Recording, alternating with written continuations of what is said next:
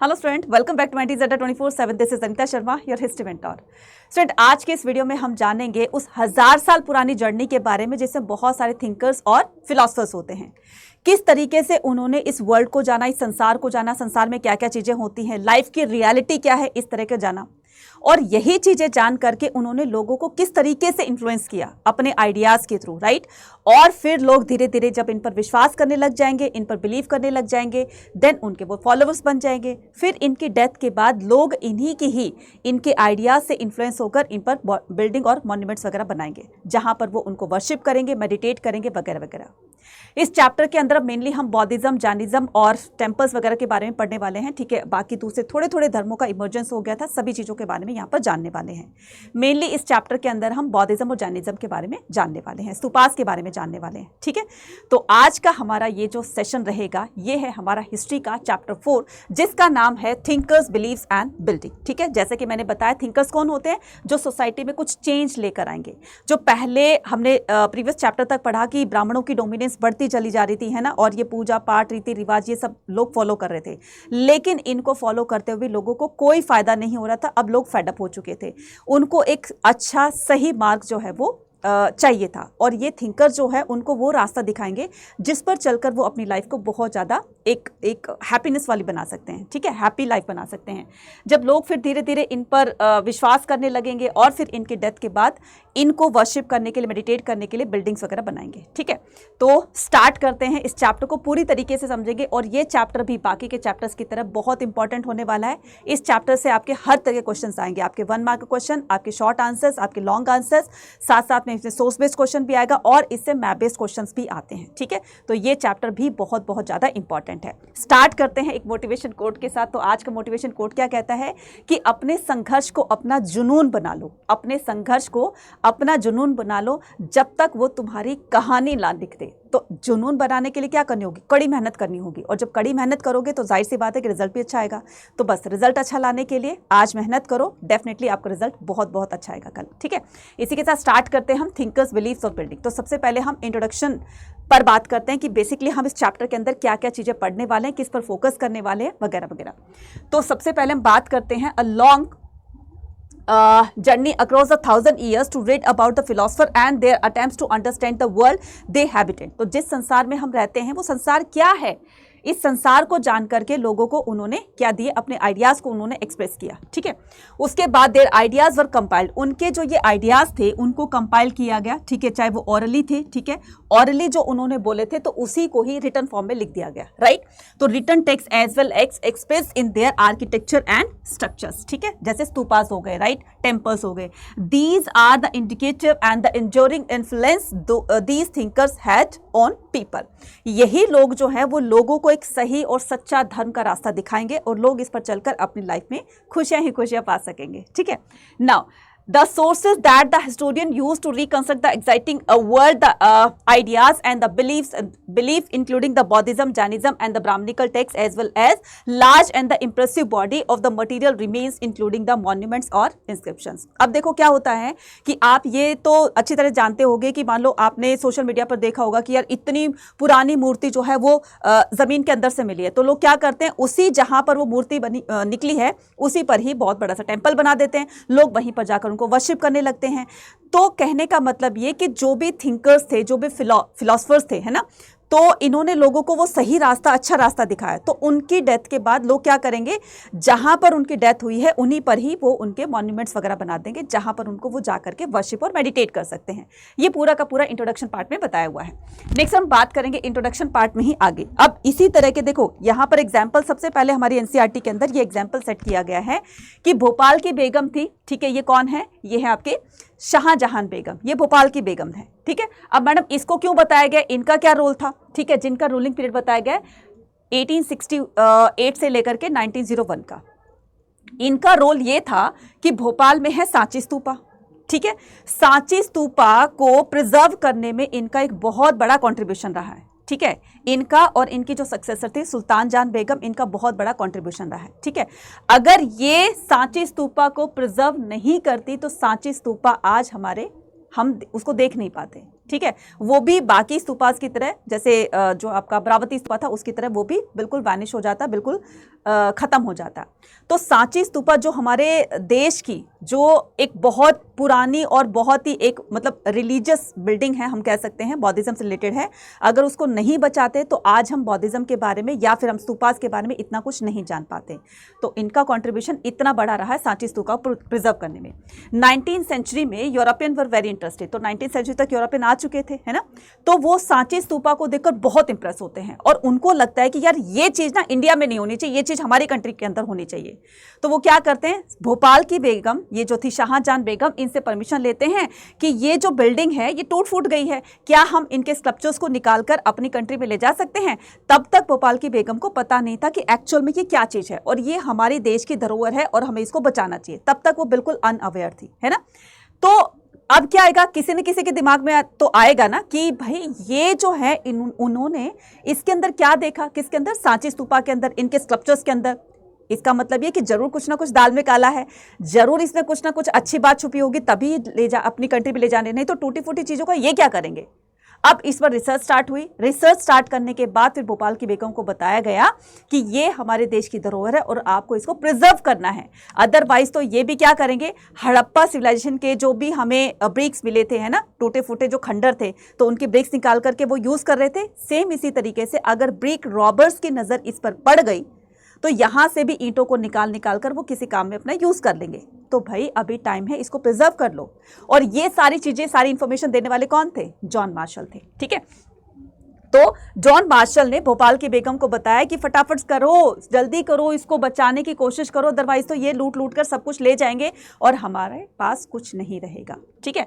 तो in the 19th century European were very interested in the Sanchi stupa, ठीक है। Now आप फटाफट से मुझे कमेंट सेक्शन में लिखकर बताओ कि सांची स्तूपा कहां पर है, जल्दी से, बहुत इजी क्वेश्चन है, फटाफट से बताओ।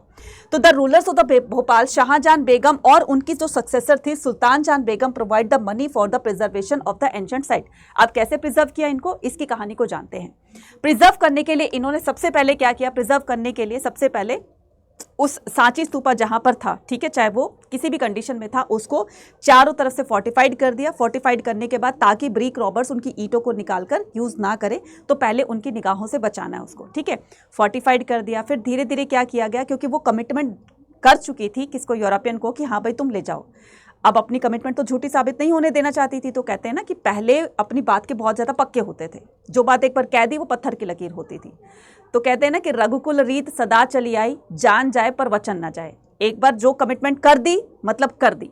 तो उन्होंने क्या किया, अपनी कमिटमेंट को फुलफिल करने के लिए एज इट इज पीओपी का बना करके उनको दिया यूरोपियंस को, और यूरोपियन भी खुश, हाँ भाई हमें तो वो चीज़ मिल गई और हम अपने देश की धरोहर को भी बचा सके। इस तरीके से हमने उसको प्रिजर्व किया और काफ़ी सारा डोनेशन, काफ़ी सारा पैसा इसमें खर्च किया प्रिजर्वेशन में, ठीक है।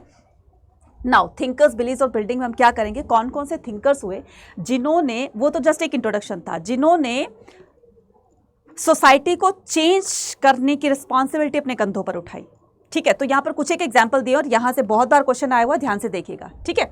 तो ये क्या था, ये है आपका मिड फर्स्ट मिलेनियम BCE सौदा। कौन सा, ये जो मिड फर्स्ट मिलेनियम BC है, ये वाला टाइम पीरियड, ये पूरे वर्ल्ड के अंदर एक ऐसा चेंज लाता है जो कि पहले कभी नहीं देखा गया था, ठीक है। अब ये चेंज कैसा था कि सोसाइटी को धीरे धीरे अलग अलग कंट्री के फिलोसफर्स ने अपनी अपनी कंट्री के अंदर वो चेंज लेकर आए, जिससे लोग बहुत दिनों से, जिसकी उनकी एक कहते हैं ना कि इच्छा थी कि हमें एक सही मार्ग मिल जाए, तो वो रास्ता उन्होंने उनको दिखाया। अब एग्जाम्पल के तौर पर यहाँ पर बताया गया कि ज़ाराथुस्त्रा कौन थे, एक फिलोसफर थे जो कि कहाँ के थे, ईरान के थे। कोंगजी कहाँ के थे, चाइना के थे। सुक्रेत कहाँ के, सुक्रेत, प्लेटो और अरस्तु ये कहाँ के थे, ये ग्रीस के थे।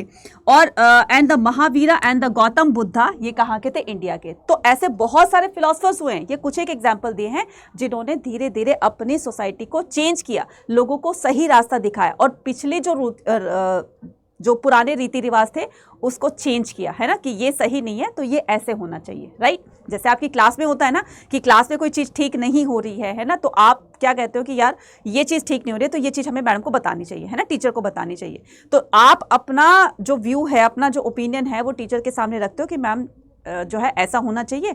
अगर आपकी बात सही लगी, टीचर ने आपकी बात को एक्सेप्ट कर लिया, वो आपकी बात को आगे पहुंचाएगी, फिर अथॉरिटीज़ पर सोचेगी और वो काम जो है फिर वो कर देगी। ठीक है, इसी तरीके से लोगों का विश्वास जो है धीरे धीरे इन पर बनने लगा था, क्योंकि ये लोगों को सही और सही अच्छा रास्ता दिखा रहे थे, तो ये लोग इन पर विश्वास करने लगेंगे। ठीक है, और contribution of the John martial, अब जो मैंने अभी बताया कि सांची स्तूपा को प्रिजर्व करने में जॉन मार्शल का भी एक बहुत बड़ा रोल रहा है। इन्होंने क्या किया, इन्होंने तो बताया था कि ये सांची स्तूपा है, ये हमारे देश की बहुत पुरानी इमारतों में से एक है और इसको हमें बचाना चाहिए।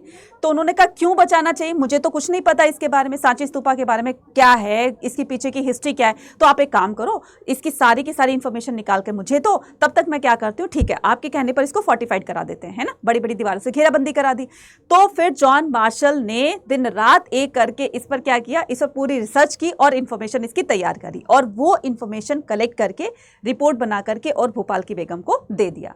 इसको पढ़ा गया, तब जाकर पता चला ओ तेरी, ये तो है, ये हमारे देश की धरोहर इतनी पुरानी है और वो भी बौद्धिज्म से रिलेटेड है, और बौद्धिज्म आपको पता ही है कि कितना फेमस जो है वो रिलीजन हो चुका है। ठीक है, now the ruler of the Bhopal Shahjahan Begum and her successor Sultan Jahan Begum provided the money for the preservation and the ancient site. No wonder that the John Marshall, ये जो जॉन मार्शल है, इसमें कोई हैरानी की बात नहीं है कि उन्होंने dedicatedly his important volume on the Sanchi to Shahjahan, तो इन्होंने अपने रिसर्च करने के बाद शाहजहां को खुद एक इसके लिए रिपोर्ट बना कर गई और तब बता करके इसको प्रिजर्व किया गया। शी फंडेड, फिर क्या किया गया, अब इसको भी बचाना था, तो उन्होंने क्या किया, इसको प्रिजर्व करने के लिए फंड वगैरह खर्च किया। तो शी फंडेड द म्यूजियम, और उसके साथ में ही क्या बना दिया, एक म्यूजियम बना दिया कि भाई तुम यहाँ रह करके और सारी की सारी इंफॉर्मेशन इसको करो। देखो जहां पर ये सांची स्तूपा जो है इसकी डिस्कवरी की गई थी, है ना, सांची स्तूपा की डिस्कवरी की गई थी, अब वो क्या बन गया, वो एक तरह का मॉन्यूमेंट कहलाता है ना, और इसको क्या किया गया, इसको एक म्यूजियम का एक कहते हैं ना कि टैग दे दिया गया। लोग दूर दूर से इसको देखने के लिए आएंगे, क्योंकि म्यूजियम में बहुत सारी चीजें रखी होती है, और जितनी पुरानी चीजें होती है म्यूजियम में, उतनी ही ज्यादा पुरानी चीजों को देखने के लिए लोग आते हैं। तो ये क्या किया गया, she funded the museum that was built there was well as guest house where he lived and wrote the volumes, और उसी के साथ में सांची स्तूपा के साथ में ही एक गेस्ट हाउस बना दिया गया, जहां पर वो उस गेस्ट हाउस में रुक करके जॉन मार्शल और पूरी इंफॉर्मेशन कलेक्ट करते थे और पूरी इंफॉर्मेशन लिखते थे। She also funded the publication the volumes, फिर जब ये वॉल्यूम लिखी गई, पूरी की बुक लिखी गई, पूरी रिपोर्ट बना ली गई, फिर इस रिपोर्ट को पब्लिश होने के लिए उन्होंने पब्लिशर्स को दिया कि भाई तुम जो है इसकी फोटोकॉपीज बहुत सारी बना दो।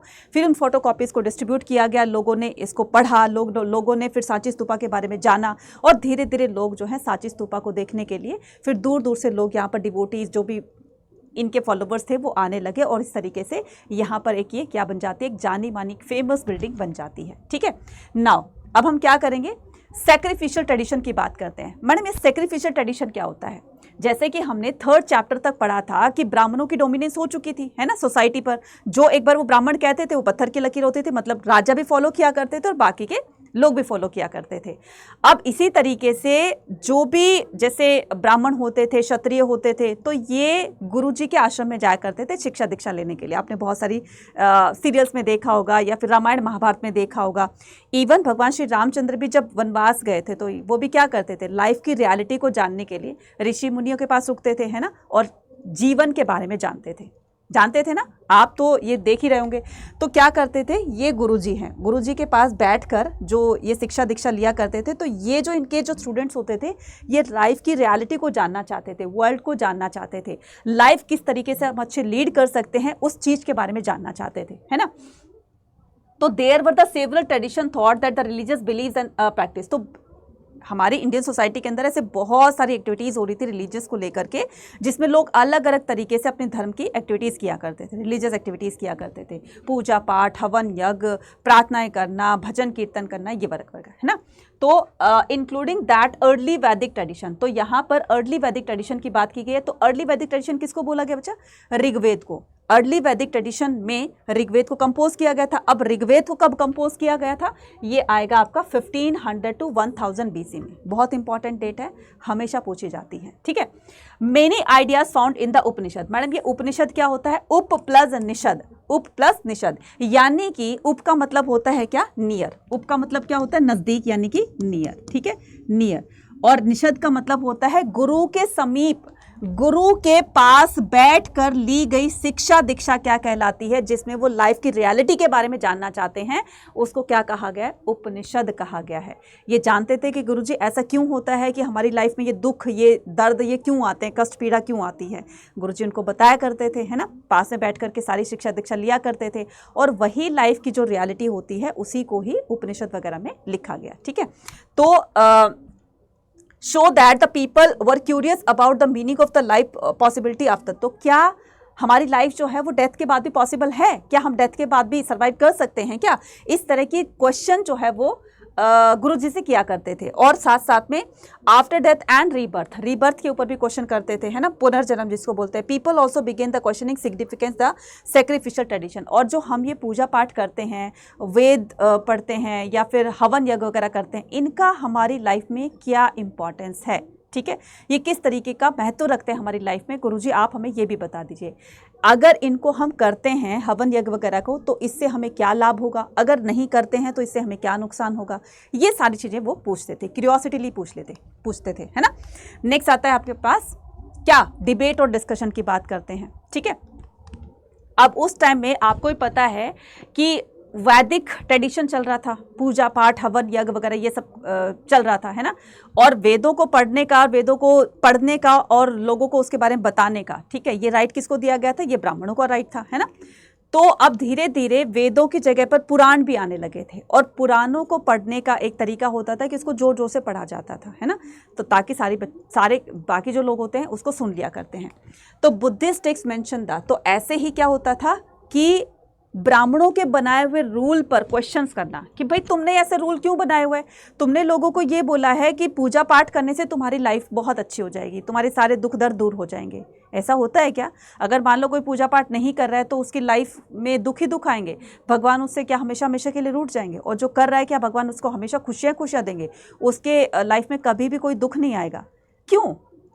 तो अब ये जो क्वेश्चन करेंगे ना, एक इधर से क्वेश्चन करेगा, एक उधर से आंसर करेगा, एक इधर से क्वेश्चन, एक उधर से आंसर, तो ये इस तरह की डिबेट होगी। मान लो हम दो पार्टी बैठी है, एक तरफ ब्राह्मण है, दूसरी तरफ कौन है, फिलोसफर है, थिंकर्स है। अब फिलोसफर जो थिंकर्स है वो ब्राह्मणों से क्वेश्चन करेंगे कि भाई बताओ ऐसा क्यों है, अगर ब्राह्मणों को पता होगा तो वो फौरन उसका आंसर दे देंगे, फिर वो क्वेश्चन करेंगे। तो यहाँ जो अपनी बात को सक्सेसफुली सही प्रूफ करने में सक्सेस हो जाता था, लोग उनकी वाह वाह करते थे, वाह भाई वाह, बहुत बढ़िया, कितने अच्छे थिंकर्स है, कितनी अच्छी अच्छी बातें बताई और बिल्कुल डेप्थ में बताई है, भाई ये जो है यही सच्चा है और ब्राह्मण जो है वो झूठा है ना। इस तरीके से कहने का मतलब जो भी उन्होंने रूल्स बनाए हुए थे, तो जो अपनी हो सकता है ब्राह्मण अपनी बात को सही साबित कर दे, ठीक है। तो ये डिबेट होती थी, तो ये डिबेट कहाँ होती थी, डिबेट होती थी कुटाग्रशाला के अंदर। डिबेट कहाँ होती थी, कुटाग्रशाला के अंदर। तो ये कुटाग्रशाला क्या होती है, कुटाग्रशाला बच्चे एक तरह की पॉइंटेड रूफ वाली हट होती है, इस तरीके की, है ना। तो ये ऐसी वाली हट होती थी, और इस हट के अंदर क्या होता था कि जो भी विजिटर्स वगैरह होते थे यहाँ पर रुकते थे, रेस्ट किया करते थे, पहले पैदल ही चला करते थे, है ना। और यहाँ पर जो दो पार्टीज होती थी जिनके बीच में डिबेट्स होती थी, रिलीजियस डिबेट होती थी, है ना, वो भी वहाँ बैठते थे, तो आसपास के लोग भी उनको सुना करते थे, और जो अपनी बात को सही साबित करने में सही प्रूफ हो जाता था, सही साबित हो जाता था, देन लोग उसके धीरे धीरे फॉलोवर्स बन जाते थे। तो Buddhist text mention the 64 of the school thought, teachers travel place one, teachers जो बुद्धिस्ट टीचर होते थे travel from one place to another trying to convince the another as well as lay person about the validity of the philosophy और the way to understood the world. ये लोगों को जगह जगह जाकर के, विलेज टू विलेज, है ना, स्ट्रीट टू स्ट्रीट जाकर के लोगों को बताते थे कि लाइफ की रियलिटी ये है और तुम्हें इस तरीके से अपनी लाइफ को लीड करना है। इससे पहले जो था वो वैदिक पीरियड चल रहा था, तो वैदिक पीरियड में 3 देवताओं की क्या की जाती थी, 3 देवताओं को ही वर्शिप किया जाता था, 3 देवताओं को माना जाता, जो कि ऋग्वेद में भी मेंशन है। तो ऋग्वेद में कौन से 3 जो गॉड हैं, ठीक है, जो गॉड हैं उनका वर्णन हमें मिलता है, ठीक है। कौन से 3, तो ये 3 गॉड्स कौन कौन से थे, 3 डिटीज, हम इसको कह सकते हैं डिटीज, ठीक है। 3 डिटीज कौन सी थी जिसको ऋग्वेद में मेंशन किया गया है, तो ये थी कौन सी, अग्नि, सोम एंड इंद्र, ठीक है। इंद्र को अग्नि को माना जाता है कि अग्नि जो है हमारा मैसेज भगवान तक कन्वे करने का एक मीडियम है। जब हम हवन यज्ञ करते हैं तो आग की लपटें जितनी ऊंची जाती हैं तो कहते हैं कि हमारी जो प्रार्थनाएं हैं, हमारी जो विशेज़ हैं वो भगवान तक उतनी ही जल्दी पहुंच जाएगी, ठीक है। और ये जो सोम होता है ये एक तरह का ड्रिंक होता है, ठीक है। आप अमृत कह सकते हो कि इस तरीके का जो ड्रिंक होता है, कोई इसको पी लेता है तो फिर वो अमर हो जाता है, ठीक है। It's a kind of that, right. और ये इंद्र जो होते हैं इनको बोला गया है पुरंदर। इनको क्या बोला गया? इनको पुरंदर बोला गया है। पुरंदर का मतलब क्या होता है बच्चा? किलों को ढहाने वाला, डिस्ट्रॉयर ऑफ फोर्ट्स।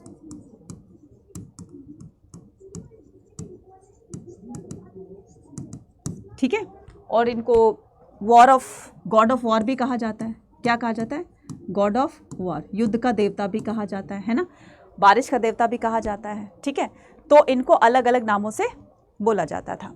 और इन्हीं तीनों देवताओं को लोग जो है वर्शिप किया करते थे, इनको खुश करने की कोशिश करते थे। जो बड़े बड़े ऋषि मुनि होते थे, तपस्या वगैरह किया करते थे इनको खुश करने के लिए, राइट। तो ये सारी चीज़ें पहले हुआ करती थी, लेकिन फिलॉसफर्स के आने से वो चीज़ें जो थी वो धीरे धीरे चेंज होने लगी, है ना। ये क्वेश्चन करेंगे, वेदों की अथॉरिटी पर क्वेश्चन करेंगे, हवन यज्ञ क्यों करते हैं इन पर क्वेश्चन करेंगे, रीबर्थ पर क्वेश्चन करेंगे, ब्राह्मणों ने जो रूल रेगुलेशंस बनाए हुए थे, जाति पाति का जो भेदभाव किया जाता था, हर तरह के क्वेश्चंस करेंगे। और जब ब्राह्मण अपने क्वेश्चन को सही साबित करने में सक्सेस हो जाता था तो फिर ब्राह्मण जीत जाता था, वो हार जाते थे। अगर वो नहीं जीत पाता था तो ये लोग फिलोसफर जो है वो अपनी बात को सही साबित कर लेते थे, ठीक है। नाउ अब बात करते हैं किसकी? Beyond and worldly the pleaser message of Mahavira, ठीक है। अब यहाँ पर एक आपने सुना होगा जैनिज्म के बारे में, है ना। तो बियॉन्ड वर्ल्डली, अब इन्हीं फिलोसफर्स में से अब क्या निकलेंगे? अब ये जैनीज लोग निकलेंगे, मतलब ये जैनस के तीर्थंकर होते हैं ना, ये लोगों को एक सही रास्ता दिखाएंगे। क्योंकि देखो इमर्जेंस तो हो चुकी थी, ये जो डिबेटर्स थे, है ना, जो ब्राह्मणों के साथ डिबेट किया करते थे, वेदों की अथॉरिटी पर क्वेश्चन करते थे, ये वही लोग होंगे जिनमें से एक जैनास होंगे, ठीक है। तो beyond the worldly pleasure message of Mahavira, तो महावीरा, ठीक है, लॉर्ड महावीरा जो है वो 24 नंबर के तीर्थंकर है, ये तो आपको पता है, ठीक है। 24 नंबर के तीर्थंकर हैं, तीर्थंकर, ठीक है, तीर्थंकर है 24 नंबर के। और फर्स्ट नंबर के कौन है? ऋषभदेव। फर्स्ट नंबर के कौन है? ऋषभदेव। बस अगर पूछा जाएगा तो फर्स्ट और 24 से पूछा जाएगा, ठीक है। इन्होंने ही, किसने? ऋषभदेव ने ही जैनिज्म को स्टार्ट किया था और ये इनके फाउंडर माने जाते हैं। फिर इनके बाद जो है वो 23 आने के बाद 24 नंबर पर आते हैं लॉर्ड महावीरा। तो जैनिज्म के क्या क्या उनकी फिलॉसफी थी, किस पर वो फोकस किया करते थे, इनके जो भी रूल रेगुलेशंस थे वो कौन कौन से थे, वो सारी के सारी चीज़ें हमें जैन धर्म के अंदर मिलती हैं, राइट। तो the basic philosophy of the Jainism was already in the existence. तो ये जो इनके जो जैनिज्म की फिलॉसफी है ये नॉर्थ इंडिया के अंदर ऑलरेडी आ चुकी थी before the birth of the Vardhaman. अब वर्धमान किसको बोला गया है? वर्धमान जो नाम है ये लॉर्ड महावीरा का बचपन का नाम है, ठीक है, वर्धमान, ध्यान से सुनना है, ठीक है। नेक्स्ट आता है कि the most important idea in the Jainism is the entire world is animated. अब इनका जो मेन फोकस है ना बच्चा, वो किस पर होता है? इनका मेन फोकस होता है अहिंसा पर, ठीक है, अहिंसा पर। अहिंसा पर ये बहुत जोर देते हैं, इसका ध्यान रखना, ठीक है। तो जैसे आपने देखा होगा कि बहुत सारे जो जैन बुद्धीज होते हैं ना, वो व्हाइट कलर का कपड़ा मुंह पर बांध कर चलते हैं, स्लीपर्स नहीं पहनते हैं, रात को खाना नहीं खाते वगैरह वगैरह। तो ये क्यों करते हैं? ताकि कोई भी जो क्रिएचर है, कोई भी जो जीव जंतु कुछ भी है, तो वो किल ना हो इनकी वजह से, है ना। तो most important idea Jainism is the entire world is animated. ये पूरा वर्ल्ड जो है वो एनिमेटेड है, इंसानों का आना जाना लगा रहता है, इंसान जन्म लेता है फिर मरता है, जन्म लेता है फिर मरता है, तो ये इसको एनिमेटेड बोला गया है। इवन स्टोन और सबके अंदर लाइफ होती है। इंसान ने जन्म लिया, उसकी लाइफ है, फिर वो डेथ हो गई, फिर से आया, ये सारा ये जो है साइकिल चलता रहता है ना। तो उसके बाद बताया गया है कि सभी में लाइफ होती है, इवन स्टोन में भी लाइफ होती है, वाटर में भी लाइफ होती है, रॉक्स में भी लाइफ होती है। अब बोलोगे मैडम पत्थर की भी कोई लाइफ होती है? बिल्कुल होती है, चाहे उसकी लाइफ हजारों लाखों साल है, ठीक है। माउंटेन है उसकी चाहे वो करोड़ों साल हो गई है, लेकिन वो भी एक ना एक दिन बच्चा ख़त्म तो होगा। आप देखोगे नीचे से जब आप हिली एरियाज़ में जाते हो, हिल स्टेशन वगैरह पे जाते हो, तो जो माउंटेनियस एरिया जो होते हैं ना, तो मिट्टी, कंकड़, पत्थर, मिट्टी जो है वो नीचे आप रोड के आसपास में देखोगे तो वो कट कट के हवा से, पानी से, बारिश से कट कट के नीचे आ जाती है। तो कहने का मतलब वो पत्थरों का ही कटा हुआ वो पोर्शन होता है। एक पाउडर की फॉर्म में, है ना, तो वो नीचे आ जाते हैं। तो चाहे उनको हज़ारों साल लग जाए लेकिन उनकी भी लाइफ होती है, ठीक है। नेक्स्ट आता है आपके पास non injury to the living specially to the human animal, और हमें किसी को भी हार्म नहीं करना चाहिए, खास करके लिविंग थिंग्स को, जिसमें ह्यूमन बींग आ जाएंगे, प्लांट आ जाएंगे, इंसेक्ट आ जाएंगे, important according to the Jainism. और इन्हीं को सबको ध्यान में रखते इसीलिए अहिंसा पर फोकस किया गया है, ठीक है। नाउ अब हम बात करते हैं ये जैनिज्म कैसे स्प्रेड होता है, जैनिज्म किस तरीके से इंडिया में फैला। नॉर्थ इंडिया में आ चुका था ये, ठीक है, लेकिन ये इंडिया में फैला कैसे और इंडिया से फिर बाहर कैसे गया, जो बाकी के कंट्रीज में ये फैला। तो अब यहाँ पर बात करते हैं कि प्रिंसिपल ऑफ द अहिंसा, इनका जो मेन सिद्धांत है, प्रिंसिपल है, वो अहिंसा है। Emphasise with the Jainism and left its mark of the Indian thinking as a whole. जैसे कि इंडिया में हमेशा से ही सत्य और अहिंसा का पाठ पढ़ाया जाता है लोगों को, और महात्मा गांधी ने भी इन्हीं दो का सहारा लेकर के बड़े बड़े मूवमेंट्स को लॉन्च किया था कि हमें अहिंसा पर ही फोकस करना है, हमें जो है वो हमेशा सत्य का साथ देना है, वगैरह वगैरह। और आप इंडियन फिलॉसफी भी यही कहती है। Now according to Jainas teaching the cycle of the rebirth and shaped through the karmas.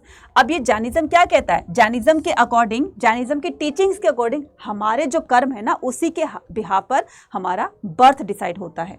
तो the cycle of the birth and rebirth, जो ये बर्थ है, जन्म है, और जो पुनर्जन्म है वो हमारे कर्मों पर डिपेंड करता है। कोई कर्म अच्छे करेगा उसको अच्छा जन्म मिलेगा, कोई बुरे करेगा उसको बुरा कर्म मिलेगा। कहने का मतलब ये हमारे कर्मा पर डिपेंड करता है कि हम कैसे कर्म कर रहे हैं, और इसी से ही अच्छे बुरे का डिसीजन होता है। तो एक्टिसिज्म एंड द पेनेंस, तो ये जो हम एक्टिसिज्म का मतलब होता है तपस्या करना, कठोर तपस्या करना, या फिर ब्रह्मचर्य का पालन करना, इसी से are the required to free, इसी से ही हम इस जन्म मरण के चक्कर से या इस साइकिल ऑफ बर्थ और रीबर्थ के चुंगल से छूट सकते हैं, है ना। तो इसके लिए मोक्ष को अगर पाना है, मोक्ष का मतलब होता है कि इंसान जो बार बार आता है ना, तो वो फिर बार बार आना जाना छूट जाएगा। एक बार डेथ हो गई मतलब हो गई, फिर दोबारा नहीं आएगा, वो होती है मोक्ष की प्राप्ति। और ये मोक्ष की प्राप्ति तभी हो सकती है जब हम भगवान के जितने निकट जाएंगे, है ना, जब हम कठोर तपस्या करेंगे, जब हम इन संसार की मोह माया से बिल्कुल अपने आप को दूर रखेंगे, तब जाकर हमें मोक्ष की प्राप्ति हो सकती है, ठीक है। So this can be achieved only the renouncing the world and the monastic, और ये तभी पॉसिबल हो सकता है जब इंसान सारे संसारिक बंधनों से छूटकर हमेशा हमेशा के लिए गृहस्थ जीवन त्याग करके और एक सन्यासी बन जाए।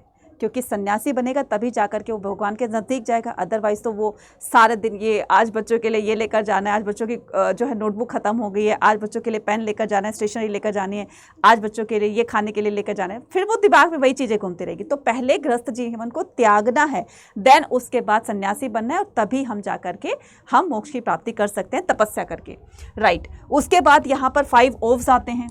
5 ओव्स का मतलब होते हैं 5 व्रत का पालन करना होता है जो भी जैनिज्म को अडॉप्ट कर लेते हैं, ठीक है। तो पहला हो गया to abstain from the killing, कि हमें किलिंग से बचना चाहिए, किसी को हार्म नहीं करना है, किसी को मारना नहीं है। स्टीलिंग, चोरी नहीं करनी चाहिए, झूठ नहीं बोलना चाहिए, है ना। ब्रह्मचर्य का पालन करना चाहिए। अरे ब्रह्मचर्य का मतलब ये नहीं होता कि शादी ना करना, ब्रह्मचर्य का मतलब होता है अपनी 5 इंद्रियों को, 5 ऑर्गन्स को कंट्रोल में रखना। सामने से बाइक जा रही है बहुत अच्छी है ना, और बूम बूम बूम करके बाइक जा रही है, और लड़के देखते हो भाई साहब कितनी अच्छी बाइक है ना, और फिर क्या करते, काश ये बाइक मेरी होती, मेरे पास होती कैसे। तो ये इच्छा हमारे अंदर नहीं होनी चाहिए। किसी गर्ल ने किसी दूसरी गर्ल का जो है पार्टी वार्टी में अपना ड्रेस देख ली, यार उसकी ड्रेस बहुत अच्छी लग रही, मम्मी मेरे को भी ऐसी ड्रेस लेकर आनी। जब तक ये इच्छाएं हमारे अंदर होगी हम इस संसार की मोह माया से छूट ही नहीं सकते हैं।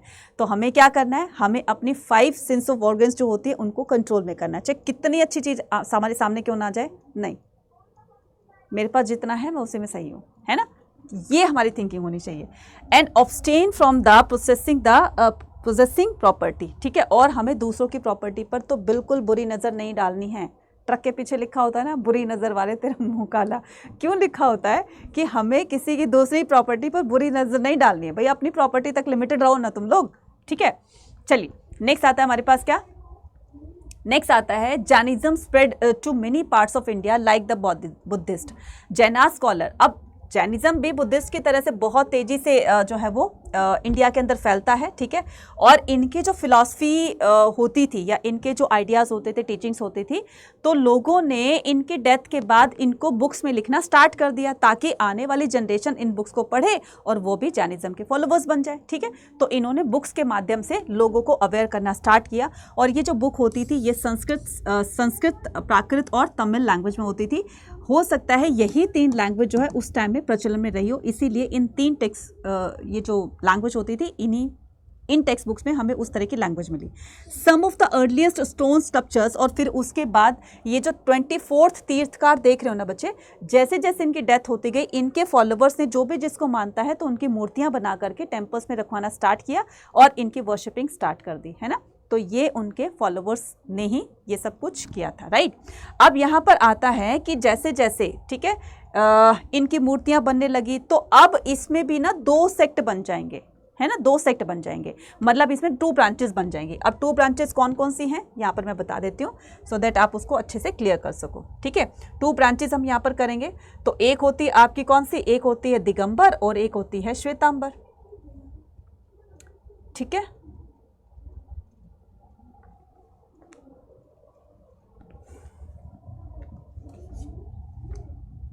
ठीक है, ये जैनिज्म जो है वो 2 पार्ट्स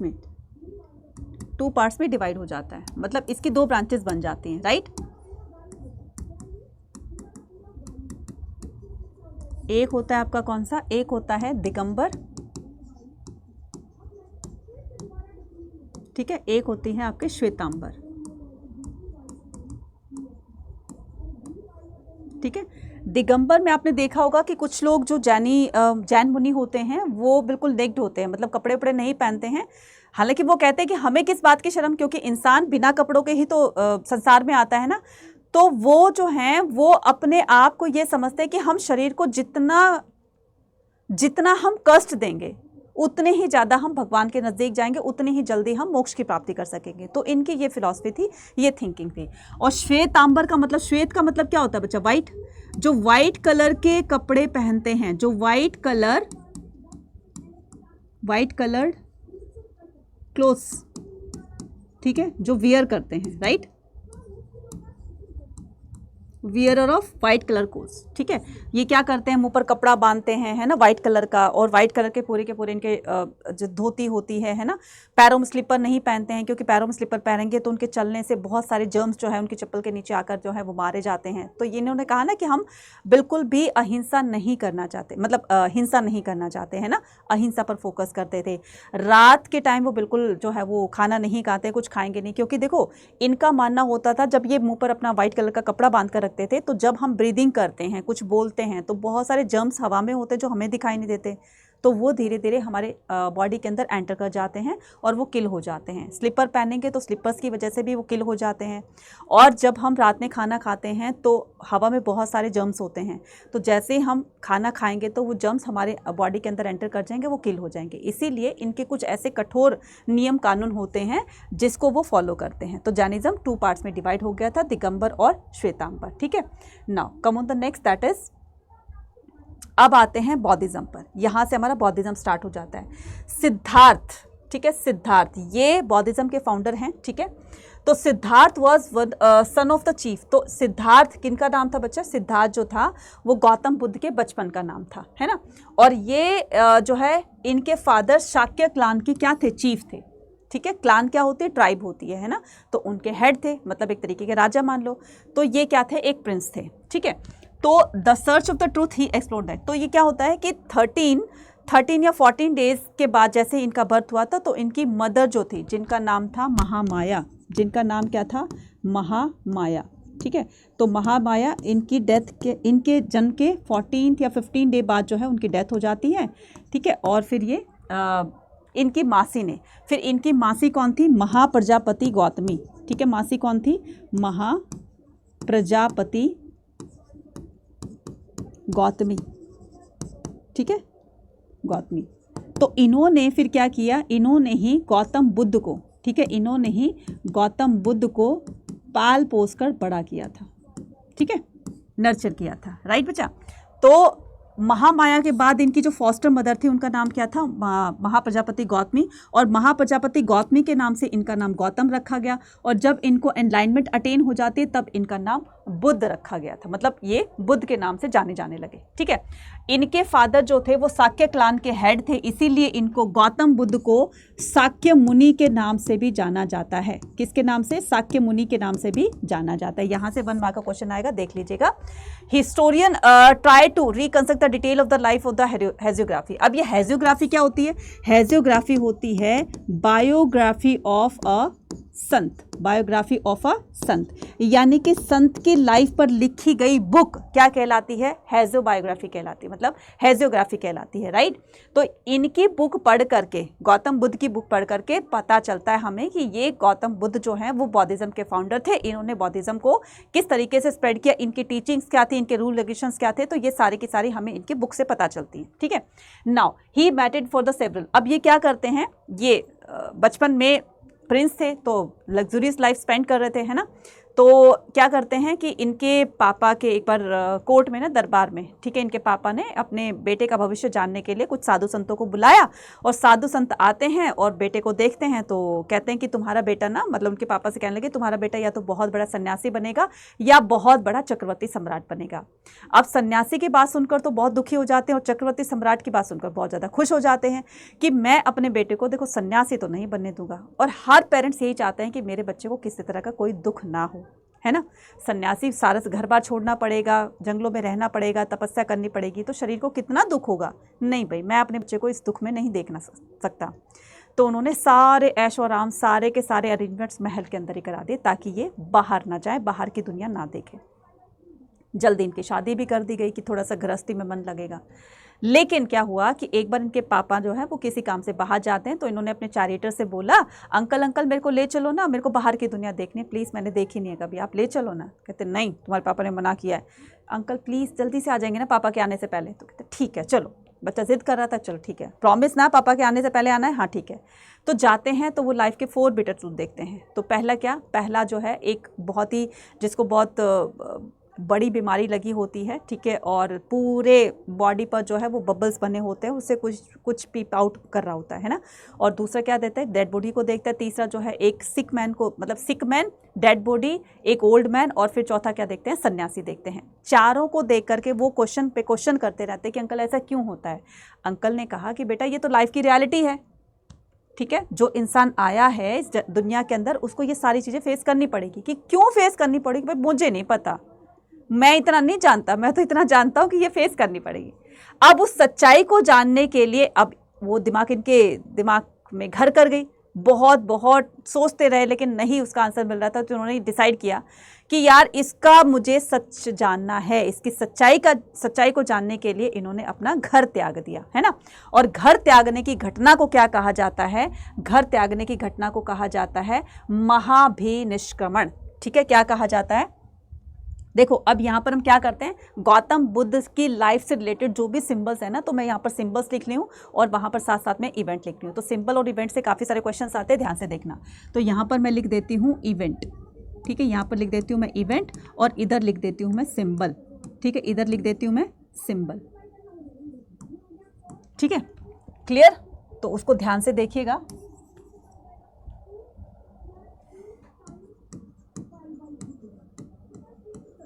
ठीक है, इवेंट, अब जब इनका बर्थ हुआ था, ठीक है, इस बर्थ को किससे सिंबलाइज किया गया है, तो बर्थ को सिंबलाइज किया गया है लोटस से, ठीक है। इसके अलावा जब उन्होंने घर छोड़ा था अपना, ठीक है, डिपार्चर ऑफ हाउस, ठीक है, इसको सिंबलाइज किया गया किससे, हॉर्स से, किससे, हॉर्स से। और इस घटना को क्या कहा जाता है, महाभिनिष्क्रमण, महाभिनिष्क्रमणा, ठीक है, क्लियर।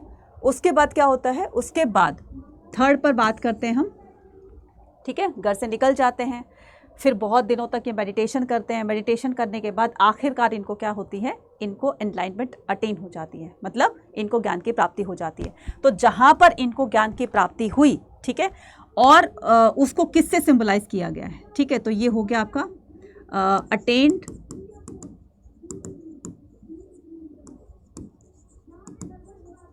एनलाइटमेंट, ठीक है। तो ये क्या हो जाएगा आपका, ये हो जाएगा बोधि ट्री। फिर जब इनको एनलाइटमेंट अटेन हो गई, यानी कि इनको ज्ञान की प्राप्ति हो गई, फिर ये क्या करेंगे, उस ज्ञान को बांटेंगे टीचिंग्स के थ्रू, ठीक है। तो ये जो थे, ये अपनी इन्होंने टीचिंग्स देना स्टार्ट किया। तो फर्स्ट इनका जो एक कहते हैं ना कि सेरेमन था, इनका जो पहला उपदेश था वो कहाँ पर दिया गया, उसको किससे सिंबलाइज किया गया, तो ये है आपका फर्स्ट सेरेमन, ठीक है, यानी कि पहला उपदेश। तो पहला उपदेश जहाँ पर दिया था तो उसको किससे सिंबलाइज किया गया, उसको किया गया है व्हील से। और ये जो है इनको कहाँ पर हुआ था, बोधि ट्री कहाँ पर है, बोध गया, बिहार के अंदर। बोध गया कहाँ पर है, बिहार के अंदर, ठीक है, बोध गया बिहार के अंदर है। और इसको किया गया है व्हील से, कंसिडर किया गया है, व्हील से सिंबलाइज किया गया है। और व्हील, इसका इस घटना को कहा जाता है धर्म चक्र परिवर्तन। क्या कहा जाता है, धर्म चक्र परिवर्तन, यानी कि अब धर्म में परिवर्तन हो रहा है। जैसे पहिया घूमता है ना, इस तरीके से ऐसे ही धर्म में परिवर्तन हो रहा है, ठीक है, इसीलिए इसको व्हील से सिंबलाइज किया गया है, ठीक है। नाउ अब आते हैं कि फर्स्ट सेरेमनी के बाद अब इनकी डेथ होती है ना। तो डेथ वाली घटना को क्या कहा जाता है, डेथ वाली घटना को कहा जाता है, पहले बात तो ये कि हम इसको सिंबलाइज कर देते हैं। इसको सिंबलाइज किया गया स्तूपा से, किससे, स्तूपा से, ठीक है। और फिर इस घटना को कहा जाता है क्या, महापरिनिर्वाण, महापरिनिर्वाणा, ठीक है। और इसको सिंबलाइज किया गया किससे, स्तूपा से। तो बस इसको थोड़ा सा याद कर लेना, ये सारी की सारी चीज़ें आपकी क्लियर हो जाएंगी, ठीक है। फिर जैसे जैसे बौद्धिज्म जो है स्प्रेड होता गया, वैसे वैसे फिलोसफर्स मतलब जैसे जैसे इनके फॉलोवर्स बढ़ते चले गए, तो ये बौद्धिज्म भी 2 पार्ट्स में डिवाइड हो जाता है। तो बौद्धिज्म भी 2 पार्ट्स में डिवाइड हो जाता है। तो कौन कौन से पार्ट में डिवाइड होता है, ठीक है, इसकी दो ब्रांचेस बन जाती हैं। तो 2 ब्रांचेस कौन सी थी, एक तो था महायान, ठीक है, पहले बनी थी हीनयान और फिर बना था महायान, ठीक है। तो पहले थी ये हीनयाना, ठीक है, और दूसरी जगह क्या, कौन सी थी, दूसरी थी महायान, दूसरी कौन सी थी, महायान, ठीक है। ये ओल्ड ब्रांच है और ये न्यू ब्रांच है, कई बार इनमें डिफ्रेंशिएट करने के लिए भी पूछा जाता है, ठीक है। और इसको क्या कहा जाता है, इसको लेसर व्हीकल कहा जाता है, ठीक है, लेसर व्हीकल कहा जाता है, इसको जो है ग्रेट व्हीकल कहा जाता है, ठीक है, क्लियर। इसमें गौतम बुद्ध को जो है एक ह्यूमन बीइंग मानते हैं, मतलब एक मनुष्य मानते हैं, ठीक है, कि ये मनुष्य ही तो हैं जिन्होंने अपने एफर्ट से इतनी बड़ी अचीवमेंट जो है वो हासिल करी थी।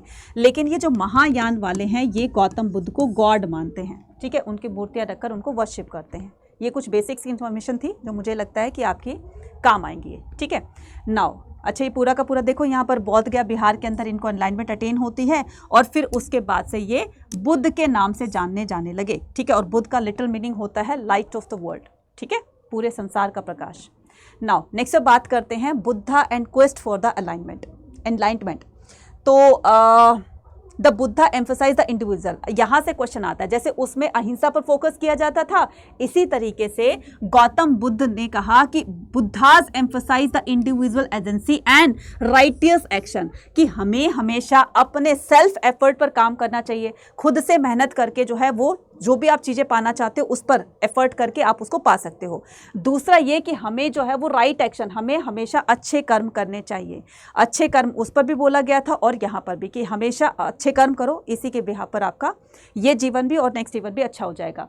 As the means to escape from the cycle of the, यही 2 चीज़ें ऐसी हैं जिससे कि आप क्या कर सकते हो, इस बर्थ साइकिल से आप छुटकारा पा सकते हैं, ठीक है। And attain the self realisation and the nibbana, और अपने सेल्फ एफर्ट से आप निर्वाण की प्राप्ति कर सकते हो, ठीक है, मोक्ष की प्राप्ति कर सकते हो। जैसे गौतम बुद्ध ने कहा कि जब आप कोई चीज़ अचीव करना चाहते हैं तो उसके लिए पूरी शिद्दत से आप उसमें लग जाइए। तो कहते हैं ना कि जब हम किसी चीज़ को शिद्दत से चाहते हैं तो पूरी कायनात उसको हमें पिलाने में लगा देती है। तो गौतम बुद्ध को वो सच्चाई जाननी थी, इसके लिए उन्होंने खुद से सेल्फ एफर्ट किया, खुद से मेडिटेशन किया और उनको वो सच्चाई की प्राप्ति हो गई, ठीक है, वो ज्ञान की प्राप्ति हो गई।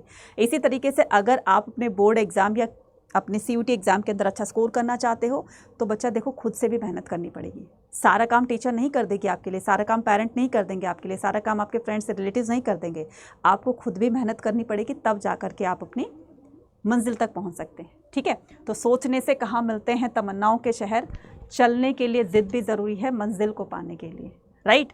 तो अपनी ज़िद पकड़ लो एक कि मुझे हर हाल में अच्छा स्कोर करना है। तो अकॉर्डिंग, अच्छा फिर उसके बाद है कि लिटरली द अब ये जो निब्बान है, निब्बान का मीनिंग क्या होता है? निब्बान का मीनिंग होता है एक्सटिंग्विश द ईगो। हमें अपने ईगो पर, हमारे अंदर घमंड नहीं होना चाहिए किसी बात को लेकर के, है ना। मैं बहुत सुंदर हूँ, मैं बहुत इंटेलिजेंट हूँ, मैं बहुत रिच हूँ, मैं ये हूँ, इसी बात का कभी भी किसी पर घमंड नहीं करना चाहिए। एंड डिज़ायर, और अपनी इच्छाओं को काबू में करना चाहिए। दस the end of the cycle of suffering of those who renounce the world. इसी इन सब की वजह से हम संसार के इस ये जो आना जाना है, साइकिल ऑफ बर्थ है, इसका हम क्या कर सकते हैं, इससे छुटकारा पा सकते हैं। According to Buddhist tradition his last, तो जब गौतम बुद्ध की डेथ हो रही थी तो पता है उसके उनके लास्ट वर्ड क्या थे? उनके लास्ट वर्ड थे, कई बार इससे भी क्वेश्चन आता है और ये आपके सोर्स बेस्ड क्वेश्चन में आता है, ठीक है। His last word to his the followers be lamp, कि हमेशा जो है आपको अपने काम के लिए खुद ही एफर्ट करना होगा, कोई दूसरा आकर आपके लिए कोई एफर्ट नहीं करेगा। तो be lamp on to yourself as well as all of you must work out your own liberation. भाई वो चीज़ आपको चाहनी है तो काम भी तो आप ही करोगे, मेहनत भी तो आप ही करोगे उसके लिए, तो अपने काम के लिए खुद मेहनत करनी होगी, ठीक है। चलिए नेक्स्ट आता है आपके पास टीचिंग्स ऑफ बुद्धा। बुद्ध की टीचिंग्स क्या कहते हैं? बुद्ध की टीचिंग्स जो हैं वो सुत्त पिटक में दी हुई हैं सारी की सारी। अभी मैं सारा आगे डिफाइन करूंगी। According to the Buddhist philosopher the word transient, तो बुद्धिस्ट फिलोसफी के अकॉर्डिंग ये पूरा संसार जो है वो ट्रांजिस्ट है। मतलब ट्रांसेंट का मतलब होता है एनिका। एनिका का क्या मतलब होता है कि ये हमारी लाइफ जो है वो मोमेंट बाय मोमेंट चेंज होती रहती है। पहले हम बच्चे थे, धीरे धीरे बड़े हुए, फिर यंग हुए, फिर उसके बाद हम ओल्ड एज में चले गए, और फिर ओल्ड एज में जा करके फिर उसके बाद जब हमारी पूरी लिमिट खत्म हो जाती है तो यमराज जी आते हैं टिकट करके, हाँ भाई चल चल चल चल टाइम हो गया, फटाफट फटाफट से निकल फलो। तो ये क्या करते हैं, यमराज जी अपने साथ ले जाते हैं। तो ये मोमेंट बाय मोमेंट चेंज होता रहा। अभी मैं आपको पढ़ा रही हूँ लेकिन नेक्स्ट पर मैं कुछ और पढ़ा रही होंगी, तो हर पल जो है वो कुछ ना कुछ चेंज होता रहता है। तो इसी को क्या कहा जाता है? एनेका कहा जाता है, ठीक है। और also the soulless anatta as there is the nothing permanent. Soulless anatta का क्या मतलब होता है बच्चा? इसका मतलब होता है आपका कि कोई भी चीज़ जो है मतलब कंस्टेंटली चेंज होती रहती है। और यहाँ अनंता का मतलब होता है कोई भी चीज़ संसार के अंदर परमानेंट नहीं रहती, उसको एक न एक दिन खत्म होना ही पड़ता है। दैट इज कॉल्ड अनंता। उसके बाद आता है आपका सोरो, यानी कि दुख। इंसान, सुख और दुख नेचुरल होते हैं इंसान की लाइफ में, हर इंसान की लाइफ में सुख और दुख आते रहते हैं, ये बाय डिफ़ॉल्ट होते हैं। लेकिन अगर आप दुखों से थोड़ा बहुत अगर छुटकारा पाना चाहते हो तो अच्छे कर्म करो, है ना, ये बताया गया है। तो Buddha's emphasise the individual agency. Buddha ने किस पर जो है एम्फसाइज किया? इंडिविजुअल एजेंसी और राइट एक्शन पर, to escape from the cycle of the rebirth and attain the self realisation of the nirvana. अब हम यहाँ पर बात करेंगे कि how the Buddhist text were prepared and preserve. अब ये जो गौतम बुद्ध के ने जो भी बातें कही है ना, तो उसको किस तरीके से डिफाइन किया गया और किन किन बुक्स में इसको पूरा का पूरा डिस्क्राइब किया गया है। तो Buddha and the other teachers taught orally. तो गौतम बुद्ध और उनके जो प्यूपिल्स थे, है ना, शिष्य थे, तो वो ऑरली क्या किया करते थे? गौतम बुद्ध ने तो ऑरली ही सबको क्या दिया था? उपदेश दिया था, तो बोलकर ही दिया करते थे। फिर उनके सीनियर स्टूडेंट्स ने क्या किया? उनकी इन टीचिंग्स को, उनके कहे गए वर्डिंग्स को बुक्स में लिखना स्टार्ट कर दिया, ठीक है। सो दो the discussion and debate after his that 5th to 4th century BC his teaching were compiled by his disciple at a council of the elder or the senior monks of Vaishali. फिर वैशाली के जो senior Monks हैं, मतलब इनके जो senior student थे जो कि वैशाली में रहते थे, उन्होंने इनकी टीचिंग्स को कंपाइल करना स्टार्ट किया, लिखना स्टार्ट किया, है ना। और उसको कहा जाता है क्या? त्रिपिटक, ठीक है। उनको क्या कहा जाता है? त्रिपिटक कहा जाता है। मतलब पूरी की पूरी चीज़ों को 3 बुक्स के अंदर डिवाइड करके उसको पूरा का पूरा डिफाइन कर दिया। अब यहाँ पर 3 बुक्स कौन कौन सी है? सुत्त पिटक, अभिधम पिटक और सुत्त पिटक, विनय पिटक, अभिधम पिटक। सुत्त पिटक के अंदर गौतम बुद्ध की टीचिंग्स पूरी की पूरी बताई गई हैं कि गौतम बुद्ध ने क्या क्या टीचिंग्स, क्या क्या उपदेश दिए, ठीक है। गौतम बुद्ध की सारी टीचिंग सुत्त पिटक में। विनय पिटक के अंदर संघ के रूल रेगुलेशंस, रूल्स ऑफ संघ, ठीक है। संघ के सारे रूल रेगुलेशंस। मैम ये संघ क्या होते हैं? मोंक की ऑर्गेनाइजेशन होती है जहाँ पर मोंक्स रहते हैं, ठीक है। अपने सारे घर बार को छोड़ करके हमेशा के लिए बौद्धिज्म को अडॉप्ट करके फॉलो करते हैं उसको, जो वहाँ पर रहते हैं उनको क्या कहा जाता है? संघ कहा जाता है। और संघ में रहने के लिए भी कुछ नियम कानून बनाए गए थे, तो वो सारे के सारे रूल रेगुलेशंस विनय पिटक में मिलते हैं। अब होता है हमारे पास अभिधम्म पिटक, ये बौद्धिज्म के फिलॉसफिकल मैटर से रिलेटेड है।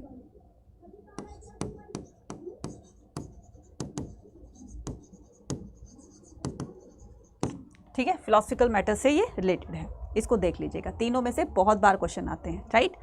बुद्धास फंडेड द संघ, अब ये आ गया देखो संघ, ठीक है। तो ये संघ क्या होता है, संघ जो होता है an organisation of the monk who also became the teachers of the dhamma. They led, जब ये संघ में रहते थे, इनको बहुत ही सिंपल अपनी लाइफस्टाइल है उसको लीड करना होता था, बहुत सिंपल तरीके से रहना होता था, ठीक है। और ये जो सैफरन कलर के जो कपड़े होते थे, धोती वगैरह होती थी, इसको वेयर करना होता था, हेड शेव करना होता था, बोल दे दिया जाता था सुबह और शाम दोनों टाइम में भिक्षा लाने के लिए, है ना, कि तुम्हें जो है वो भिक्षा पर ही आधारित रहना है। फिर भिक्षा मांगने के लिए जाते थे, और जो भिक्षा मांगने जाते थे उनको भिक्खुस और भिक्खुनीस कहा जाता है ना। तो पहले ये मैन तक ही लिमिटेड था। फिर बाद में आनंद के कहने पर, आनंद कौन थे, गौतम बुद्ध के फेवरेट प्यूपिल थे, फेवरेट स्टूडेंट थे, जिनका नाम आनंद था। तो आनंद की बात को मान करके उन्होंने फीमेल की एंट्री भी इसमें स्टार्ट कर दी, ठीक है। नाउ अब क्या होती है, उनकी जो फर्स्ट डिसाइपल बनती है, उनकी जो फर्स्ट फीमेल डिसाइपल बनती है, उनका नाम था महाप्रजापति गौतमी, जो कि उनकी क्या थी, फॉस्टर मदर थी। Was the first women to be ordinate as the bhikkhu, तो ये पहली उनकी फीमेल भिक्खुनीज बनती हैं, ठीक है। मैनी ऑफ विमेन, फिर इसके बाद धीरे धीरे विमेन की भी एंट्री हो जाती है। तो उन्होंने भी क्या किया, जो भी वो टीचिंग्स वगैरह दिया करती थी, तो many women who entered the संघा became the teachers of the Dhamma and went on become the theories, ठीक है। तो ये भी क्या करती थी, टीचिंग्स दिया करती थी, और इनकी इन टीचिंग्स को थियरीज कहा जाता था, ठीक है। और रिस्पेक्टेड, ये क्या करती थी सोसाइटी के अंदर, ये रिस्पेक्टेड विमेन भी मानी जाती थी, क्योंकि ये लोगों को सही और अच्छा रास्ता दिखाती थी, धर्म का रास्ता दिखाती थी, है ना। Women who had attain the liberation, तो जिनको ज्ञान की प्राप्ति हो जाती थी, वो अपने ज्ञान को बांटती थी, है ना। तो इस तरह की विमेन को बहुत ही रिस्पेक्टफुली जो है वो देखा जाता था सोसाइटी के अंदर, और इनकी रिस्पेक्ट भी होती थी, ठीक है। तो इनको ही dhamma and went on a become theories. Buddhism जो है वो बौद्धिज्म गौतम बुद्ध की लाइफ के टाइम भी और उनकी लाइफ के बाद भी बहुत तेज़ी से आगे बढ़ता है। मतलब जब वो जिंदा थे तभी भी और इनकी डेथ के बाद भी बौद्धिज्म बहुत तेज़ी से आगे बढ़ता है। रीज़न क्या था? रीज़न ये था कि सभी लोग जो कि सोसाइटी के अंदर जो भी रिलीजियस एक्टिविटीज़ होती हैं उनसे बहुत ज़्यादा परेशान हो गए थे। उन परेशानियों से छुटकारा पाने के लिए वो बौद्धिज्म की तरफ आते हैं। बौद्धिज्म के रैपिडली ग्रो होने के क्या रीज़न थे? During the life time and the life time of the Buddha and after his death he appeal to many people. ये अपील करता है बहुत सारे लोगों से जो कि who were dissatisfied with the existence of the religious practice, जो कि उस दौरान जो भी प्रचलन चल रहा था, यानी कि जो भी पूजा पाठ का जो भी एक्टिविटीज़ हो रही थी, तो उससे बहुत ज़्यादा फेडअप हो चुके थे, कोई फ़ायदा नहीं हो रहा था।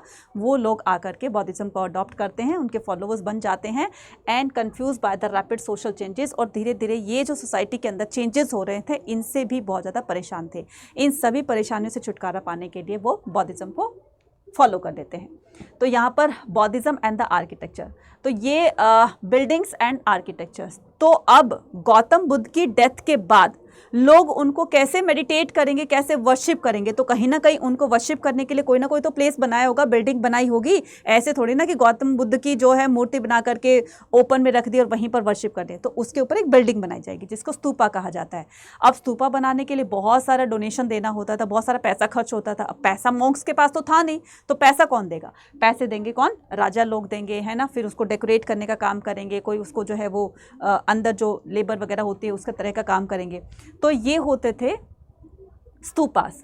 स्तूपास क्या होते हैं? स्तूपास जो हैं वो गौतम बुद्ध के बॉडी रेलिक्स जहां पर रखे गए थे वहां पर एक बिल्डिंग बना दी और उसको स्तूपा कहा गया। ठीक है, तो स्तूपास के बारे में बात करते हैं। Stupa were built to keep the relics of the Buddha. ठीक है, गौतम बुद्ध की डेथ के बाद उनके शरीर के जितने भी अवशेष बच गए थे तो उसको जो है इंडिया के 8 भागों में बांटकर, मतलब इंडिया की मेन 8 सिटीज़ में उनको वहां रख करके और उसके ऊपर स्तूप बनवा दिया गया। ठीक है, और ये ऑर्डर देने वाले थे सम्राट अशोक, यानी कि the great Ashoka. Right, Buddhist literature mention the several. अब बुद्धिस्ट लिटरेचर यानी कि बुद्धिस्ट बुक में हमें काफ़ी सारे चैत्यास के बारे में पता चलता है। अब मैडम ये चैत्यास क्या होते हैं? चैत्यास जो होता है बच्चा वो चिता से मिलकर बना है, ठीक है, वो चिता से मिलकर बना है। चिता क्या? गौतम बुद्ध की जो फंडल प्रोसेस हुआ था, चिता थी उनकी चिता से जो भी उनके बॉडी रेलिक्स मिले, ठीक है, तो उनको वहाँ पर रख दिया गया। मान लो एक जगह पर रख दिया गया, अब रख करके उसके ऊपर स्तूप बना दिया। कुछ तो बनाएंगे ना बच्चा, तो उसके ऊपर स्तूप बना दिया गया। लोग वहाँ पर जाकर अब उनको मेडिटेट करते हैं, वर्शिप करते हैं और इस तरीके से वो फील करते हैं कि गौतम बुद्ध हमारे पास, हमारे साथ ही हैं, ठीक है।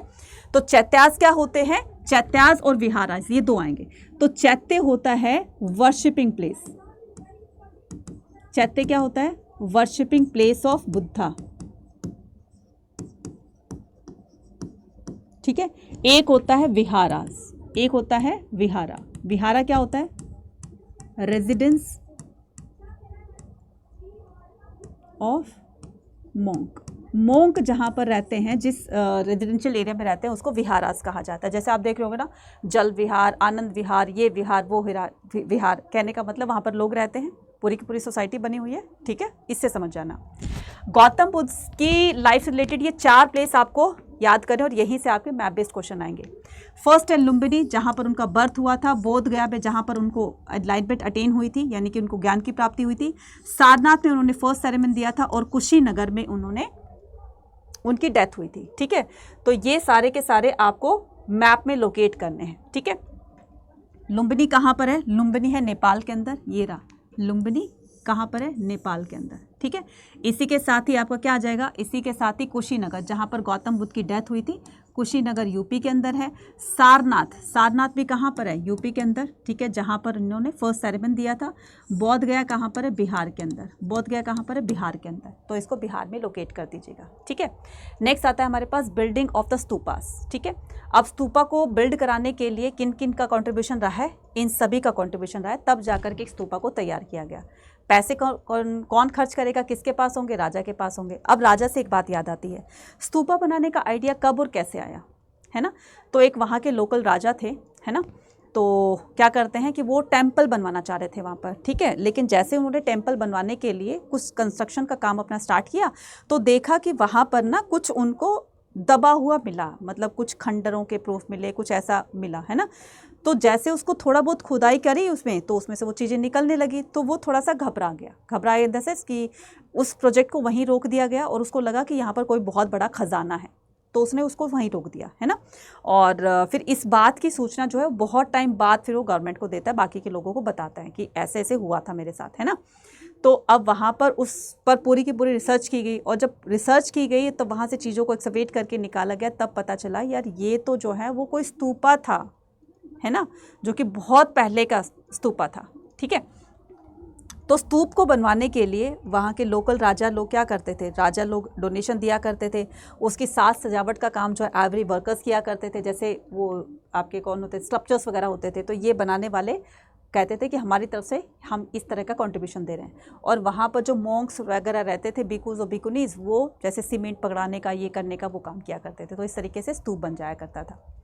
कई बार स्तूप का स्ट्रक्चर भी आ जाता है कि बताओ ये हर्मिका कहाँ पर होती है, छतरी कहाँ पर होती है। तो इसके लिए आपको ये पूरा का पूरा डायग्राम समझना पड़ेगा, और अगर स्तूप से कोई क्वेश्चन आता है तो इसका डायग्राम जरूर से बना कर आना, ठीक है। यहाँ पर हम पूरी तरीके से करते हैं। ये आपका सरफेस एरिया है, ये पूरा क्या है? ये आपका सरफेस एरिया है, ठीक है।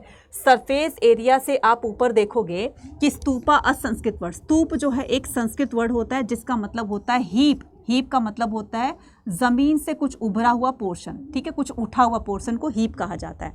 Originated a semi circular mount. अब ये जो आप देख रहे हो ना, ये सेमी सर्कुलर जो मोल्डेड पोर्शन देख रहे हो, ठीक है, अर्धवृत्ताकार जो देख रहे हो, इसको कहा जाता है अंडा, जो कि अंडे की शेप में होते हैं, इसीलिए इसको अंडा कहा गया। खाने वाला अंडा नहीं, ये वाला अंडा, ठीक है। नेक्स्ट आता है यहाँ पर, इसके ऊपर ना, अंडा के ऊपर यहाँ पर हर्मिका होती है, जो कि बालकनी का रूप दे रही है ना, जैसे बालकनी होती है हमारी, इस टाइप का स्ट्रक्चर दिखा रहा है। तो इसको क्या कहा जाता है? हर्मिका कहा जाता है। और हर्मिका के ऊपर जैसे हमारे टेम्पल में वो होता है, शिखर होता है, यहाँ पर क्या होती है? छतरी होती है। इसके चारों तरफ गेट होते हैं, ठीक है। ये हो गया आपका नॉर्थ हो गया, ये हो गया आपका वेस्ट हो गया, ये हो गया साउथ हो गया, ये हो गया ईस्ट हो गया, ठीक है। और चारों तरफ इसके 4 गेट होते हैं, और जो मेन एंट्री होती है वो ईस्टर्न साइड से होती है, ठीक है। और इस तरीके से पूरा का पूरा स्तूपा बना लिया जाता है। इन दोनों के बीच जो है ये छतरी और इसके हर्मिका के बीच में ये क्या होती है, यष्टि होती है, ठीक है। इस पर परिक्रमा लगाने के लिए, गोल गोल घूमने के लिए इसको ये प्रदक्षिणा पाथ बनाया गया, ये वाला, ठीक है। क्लियर, ये पूरा का पूरा देखना है। नेक्स्ट आता है हमारे पास क्या, इन 1854। अब हमें पता कैसे चला कि ये सांची स्तूपा है या सांची स्तूपा से पहले भी कोई स्तूपा हुआ करता था? तो ये पता किया सबसे पहले वॉल्टर एलियट्स ने, ठीक है। वॉल्टर एलियट्स कौन थे? वॉल्टर एलियट जो थे वो आंध्र प्रदेश के गुंटूर जिले के क्या थे, कमिश्नर थे। तो 1854 में क्या होता है कि ये वहाँ पर विजिट करते हैं, है ना। इनका तो काम ही होता है विजिट करके चीज़ों के बारे में पता लगाना। तो he visited Amravati and collected the. तो अमरावती कहाँ पर है, यहाँ से भी क्वेश्चन आए तो अमरावती आंध्र प्रदेश में है, ठीक है। कहाँ पर है, आंध्र प्रदेश में, राइट। वहाँ पर जाते हैं और कुछ इनको एविडेंसेस मिलते हैं, कुछ टूटे फूटे इनके प्रूफ मिलते हैं, ठीक है, उस स्तूपा के, जो कि टूटे फूटे ज़मीन पे गिर गए थे। तो उन्होंने उसमें से उठाया और देखा कि भाई ये तो आज के तो नहीं लग रहे हैं। फिर इस पर रिसर्च की गई, उन पीसेस को ये चेन्नई लेकर गए, है ना, और एक पीस को जो है कलकत्ता भेज दिया गया। तो वहाँ पर जो एस्थेटिक सोसाइटी होती है वो चीज़ों पर रिसर्च करती है, इसीलिए वो हेड ऑफिस बनाया गया था। Aesthetic society of Bengal, aesthetic society of Calcutta, Madras, यहाँ पर रिसर्च सेंटर होते हैं, ठीक है। यहाँ पर रिसर्च की गई, तब पता चला कि यार ये तो बहुत पुराना स्तूपा है जिसको अमरावती स्तूपा कहा गया था, ठीक है। He also discover the remain of the western gateway and came to conclusion that the structure that the Amaravati was one of the largest. किस स्तूपा को सबसे बड़ा और सबसे ब्यूटीफुल स्तूपा कहा गया है, मैग्निफिसेंट स्तूपा कहा गया है? तो आंसर आ जाएगा अमरावती। वो मत कर देना, सांची स्तूपा मत कर देना, अमरावती स्तूपा आएगा, ठीक है। नेक्स्ट आता है आपके पास स्कल्पचर्स। ये क्या होते हैं बच्चा, स्कल्पचर्स होते हैं, यानी कि उनके गेट पर, सांची स्तूपा हो या कोई भी स्तूपा हो, तो उनके गेट को बहुत सुंदर से डेकोरेट किया जाता है। चारों तरफ गेट होते थे ना, 4 डायरेक्शंस के अंदर, तो उन गेट्स पर भी, उन गेटवेज पर भी बहुत सुंदर तरीके से चित्रकारी की जाती थी। इनको स्कल्पचर्स कहा जाता था। और इन्हीं स्कल्पचर्स को निकाल करके ये यूरोपियन अपनी कंट्री में ले जाना चाहते थे, क्योंकि ऐसी आर्ट जो थी वो बाकी की कंट्री में कहीं नहीं देखी गई है जो कि इंडिया में है। तो इनको जब ये अपने म्यूज़ियम में रखेंगे तो दूर दूर से इनको देखने के लिए लोग आएंगे, इनकी कंट्री की पॉपुलैरिटी बढ़ेगी, और जो कोई बहुत ही ज़्यादा मिलियनियर होगा, बिलियनियर होगा, है ना, वो क्या करेगा, हो सकता है इनको खरीद भी ले, तो कितना करोड़ों पैसा, अरबों पैसा गवर्नमेंट के पास आएगा। इन्हीं सब फायदे को सोच करके, बेनिफिट्स को सोच करके वो लोग इसको ले जाना चाहते थे, ठीक है। नाउ अब क्या आता है, स्टोरीज इन द स्टोन।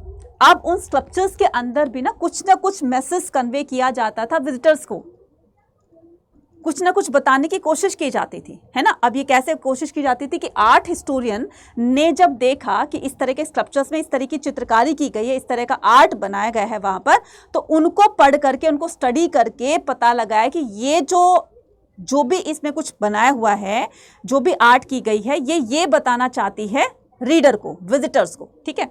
तो क्या बताना चाहती है कि art historian studied that the sculpture at the Sanchi and identify the scene of the Vessantara Jataka का।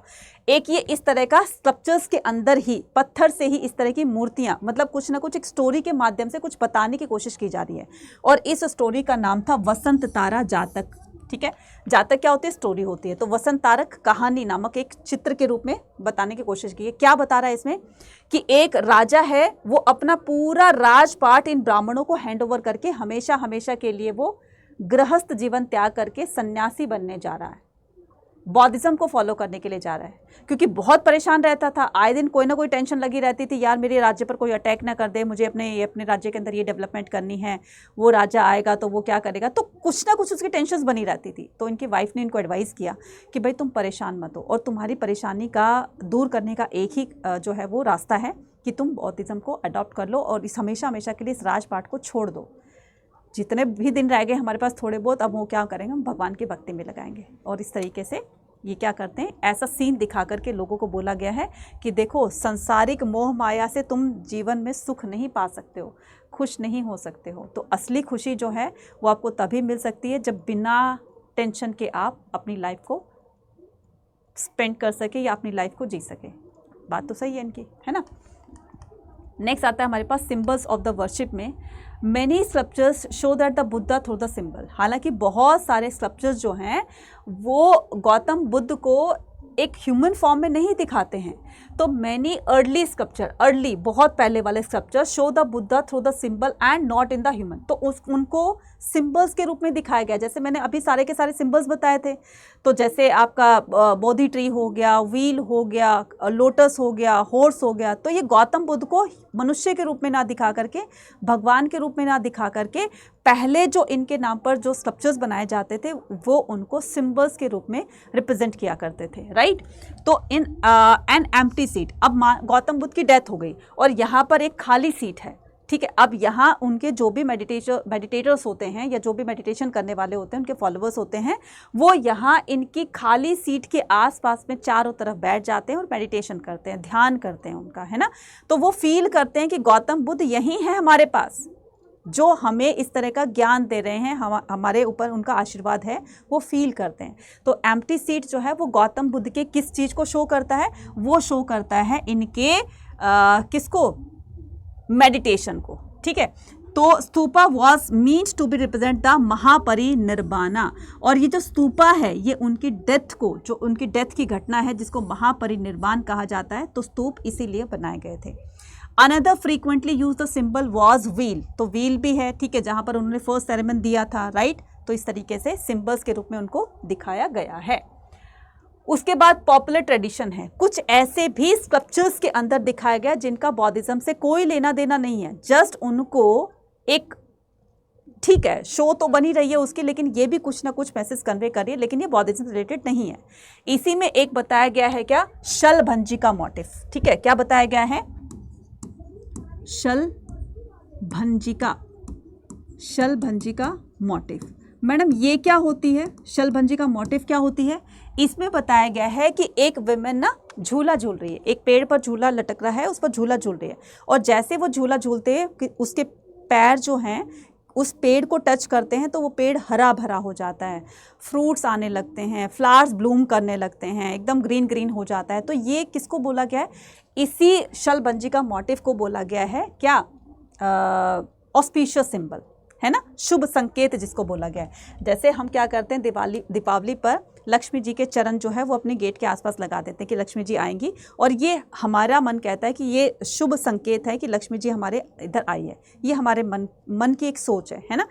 तो इसी तरीके से हम जैसे अपने घर में स्वस्तिक बनाते हैं या ओम कुछ भी होता है या फिर कोई भी सन की जो भी कोई इमेज होगी वो लगाते हैं, तो ये हमारे ऑस्पिशियस सिंबल होते हैं, इससे एक पॉजिटिव वाइब्स हमारे अंदर आती है ना। तो ये ऑस्पिशियस सिंबल इसी को माना जाता है। तो women swimming the edge of the gateway holding on a tree according to popular belief was the women touch cause the tree flowers bear the food. Another motive that women surrounded, एक और motive में बताया गया शलभंजिका motive जिसको कहते हैं, जिसको गजा लक्ष्मी भी कहा जाता है। जिसको क्या कहा जाता है? गजा लक्ष्मी भी कहा जाता है, ठीक है। गजा लक्ष्मी का मतलब होता है लक्ष्मी जी।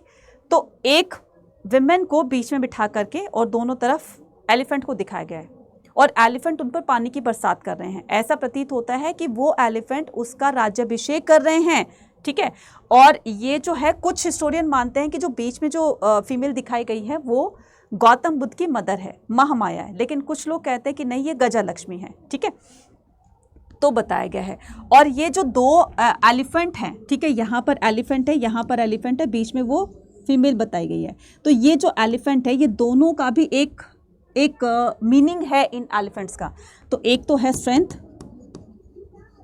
ठीक है, strength and wisdom, strength and wisdom, ठीक है। तो ये दोनों एलिफेंट जो है वो स्ट्रेंथ और विजडम का प्रतीक माने गए हैं, सिंबल माने गए हैं। नेक्स्ट आता है हमारे पास new religious tradition, development of the Mahayana Buddha. अब यहाँ पर एक इसकी नई ब्रांच बनती है, किसकी? बौद्धिज्म की, जिसको कहा गया है महायान, ठीक है। तो महायान और हीनयान में दोनों में डिफरेंस क्या है? यहाँ पर देखिए, early Buddhist teaching had given the great importance of the self. तो अर्ली बुद्धिस्ट टीचिंग्स क्या कहती है? कि हमें सेल्फ एफर्ट पर काम करना है और इसी के थ्रू हमें निर्वाण की प्राप्ति होगी। Beside the Buddha was regarded at the human being, इसमें गौतम बुद्ध को एक ह्यूमन बींग माना गया है, who attain the enlightenment and nibbana through his own effort, जिन्होंने अपने ओन एफर्ट से, जिन्होंने अपनी खुद की मेहनत से तपस्या करके, मेडिटेशन करके ज्ञान की प्राप्ति करी। तो उन्होंने सेल्फ एफर्ट किया। तो पहले के लोग यानी कि हीनयान के लोग इनके सेल्फ एफर्ट को मान करके इनको एक मनुष्य के रूप में मानते थे। नेक्स्ट आता है कि the worshipper of the image of the Buddha and Bodhisattva. अब ये बोधिसत्व क्या होता है? बुद्ध का तो हमें पता चल गया। बोधिसत्व का मतलब होता है गौतम बुद्ध के रूप। जैसे लॉर्ड विष्णु के बहुत सारे रूप हुए, बहुत सारे उन्होंने जो है वो क्या करा है, अलग अलग फॉर्म में वो पृथ्वी पर आए हैं। जैसे लॉर्ड कृष्णा के रूप में आए हैं, लॉर्ड रामा के रूप में आए हैं, वरा के रूप में आए हैं, बहुत सारे रूपों में आए हैं। तो इन्हीं रूपों को लोगों ने क्या किया, इन्हीं को भगवान मानकर इनकी वर्शिपिंग करने लगे, इन्हीं को भगवान मानने लगे, इनकी पूजा पाठ करने लगे। मेन गॉड तो कौन है? लॉर्ड विष्णु है, लेकिन इन्हीं के ही जो ये रूप धारण करके या जो भी मतलब अलग फॉर्म में आए ये पृथ्वी पर, तो लोगों ने इन्हीं को भगवान मान करके इनको वर्शिप करने लगे। सेम ऐसे ही गौतम बुद्ध तो थे ही, जो गौतम बुद्ध के रूप थे, है ना, उनको क्या कहा जाता है? बोधिसत्व कहा जाता है। Became an important part of this tradition. अब गौतम बुद्ध और उनको मानने वाले उनके जो सीनियर स्टूडेंट थे या उनकी जो फॉर्म थी, उनको भी मंदिरों में उनकी मूर्तियां रखकर भी लोग उनको वर्शिप करने लगे। इस तरह का ट्रेडिशन एक नया ट्रेडिशन बन गया था, जिसको क्या कहा जाता है? जिसको महायान कहा जाता है। लिटिल द ग्रेट व्हीकल, ठीक है, जिसको ग्रेट व्हीकल कहा जाता है। Those who adopted the belief describe that the older tradition, जो ये बिलीव करते थे कि जो हीनयान है वो बहुत ही हीन है। हीन का मतलब होता है छोटा। चल, तुम्हारा जो धर्म है वो हीन है, मतलब तुम्हारी जो ब्रांच है वो छोटी है, हीन है, और हमारी जो ब्रांच है वो बहुत बड़ी है ना। इस तरीके से आपको क्या करना है?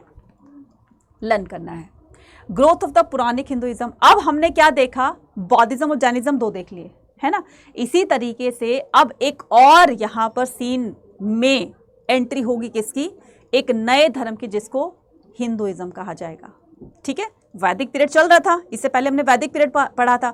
तो उसमें जो है वो क्या, लॉर्ड इंद्र, ठीक है, अग्नि और सोम, इन तीनों डिटीज का वर्णन मिलता है हमें ऋग्वेद के अंदर। अब साथ साथ में हम वैष्णोइज्म और शैविज्म के बारे में पढ़ेंगे कि हिंदुइज्म में भी दो पार्ट बन जाते हैं, दो ब्रांचेस बन जाते हैं, जिसमें एक शैविज्म होगा और एक वैष्णोइज्म होगा। तो हिंदू धर्म भी इन्हीं के साथ साथ में इनका भी क्या होता है? इनका भी इमर्जेंस होता है। बौद्धिज्म बन गया, जैनिज्म बन गया। अब व्हाट अबाउट हिंदू? अब हिंदुओं के जो भी ऋग्वेद में जो पूजा पाठ बताया गया है, जो भी जैसे गीता का उपदेश देते हुए जो श्री कृष्ण थे, है ना, तो उनको लोगों ने भगवान मानना स्टार्ट कर दिया था। तो वो लॉर्ड विष्णु की फॉर्म थे। ठीक है, इसी तरीके से जो भगवान शिव जी है तो उनको शिवलिंग के रूप में पूजा जाने लगा। तो ये दो मेन डेटीज हो जाएंगी अब। ठीक है, दो मेन डेटीज हो जाएंगी, तो शैविज्म और वैष्णोइज्म बन जाएगा। Shaivism was tradition which the Shiva was regarded as the chief god. तो शैविज्म में लॉर्ड शिवा चीफ गॉड होते हैं और वैष्णविज्म में लॉर्ड विष्णु चीफ गॉड होते हैं। In such the worship the bond between the, तो यहाँ पर इस तरह की वर्शिपिंग जो पूजा पाठ की जाती है, ये एक ऐसा बॉन्ड होता है, एक ऐसा रिलेशन होता है जो डिवोटी और गॉड के बीच में होता है, और यही बाद में क्या कहलाएगी? यही बाद में भक्ति कहलाएगी। ठीक है, जो एक गॉड होते हैं, ठीक है, गॉड होते हैं और एक डिवोटी होते हैं, मतलब उनके भक्त होते हैं। तो इन दोनों की जो बीच का रिलेशन है उसी को क्या कहा जाता है? भक्ति कहा जाता है। डिवोटी क्या करेगा? अपने गॉड को मेडिटेट करेगा, उनको जो है हर चीज़ में जो है उनको ध्यान लगा करके, उनको थोड़ा सा मेडिटेट करके उनको फील करने की कोशिश करता है। यही चीज़ क्या कहलाती है? भक्ति कहलाती है। तो a relation between devotee and the god, that is called bhakti. Love and devotion between them, तो भक्त और भगवान के बीच में जो लव और डिवोशन की जो फीलिंग है, यही भक्ति कहलाती है। In these case Vaishnavism cult the develop around the various avatar. अब इसमें देखा जाएगा कि वैष्णोइज्म में लॉर्ड विष्णु के बहुत सारे अवतार थे। तो बस आपको क्या करना है, और ये बहुत बार आपके बोर्ड एग्जाम में आया है, 8 मार्क का क्वेश्चन में पूरी तरीके से डिफाइन करना है कौन कौन से अवतार लिए और किस तरह की जो है लोग उनको भगवान मानने लगे। तो वरहा का अवतार है, ठीक है, लॉर्ड रामा का है, लॉर्ड विष्णु, लॉर्ड कृष्णा का है, ठीक है, और बहुत तरह के ये इन्होंने अवतार लिए, इनकारनेशंस हुए इनकी, जिसकी वजह से क्या किया गया था, इनको भगवान मानने लगे थे, है ना। देखो, एक ये वाला भी अवतार है, ठीक है, एक ये वाला भी अवतार है, ठीक है, पूरी पृथ्वी को इन्होंने अपनी नोज़ पर उठाया हुआ है, इसको वरहा कहते हैं। ठीक है, क्लियर। चलिए next, new religion tradition. The early temple was a small. अब क्या किया जाएगा? अब इनको वर्शिप करने के लिए बच्चे, इनके लिए भी टेम्पल्स वगैरह बनाए जाएंगे, बिल्डिंग्स बनाए जाएंगे जिनको टेम्पल कहा जाएगा। तो पहले के टेम्पल्स कैसे होते थे? एक छोटा सा एक छोटा सा स्क्वायर रूम होता था। इसी के अंदर ही मेन डिटीज की जो मेन गॉड होते थे उनकी मूर्तियां रखी जाती थी। लोग यहीं से इसमें एंटर करते थे और यहीं से एग्जिट करते थे। यहाँ पर आते हैं जो क्वेश्चन आपसे पूछा जाता है। The early temple was a small square room called गर्भगृह। ठीक है, तो इसको जहाँ पर ये मूर्ति रखी गई है जिस रूम के अंदर, इसको गर्भगृह कहा जाता था। ठीक है, कहा जाता है अभी भी। With a single doorway for the worshipper to enter and offer the worship to the image.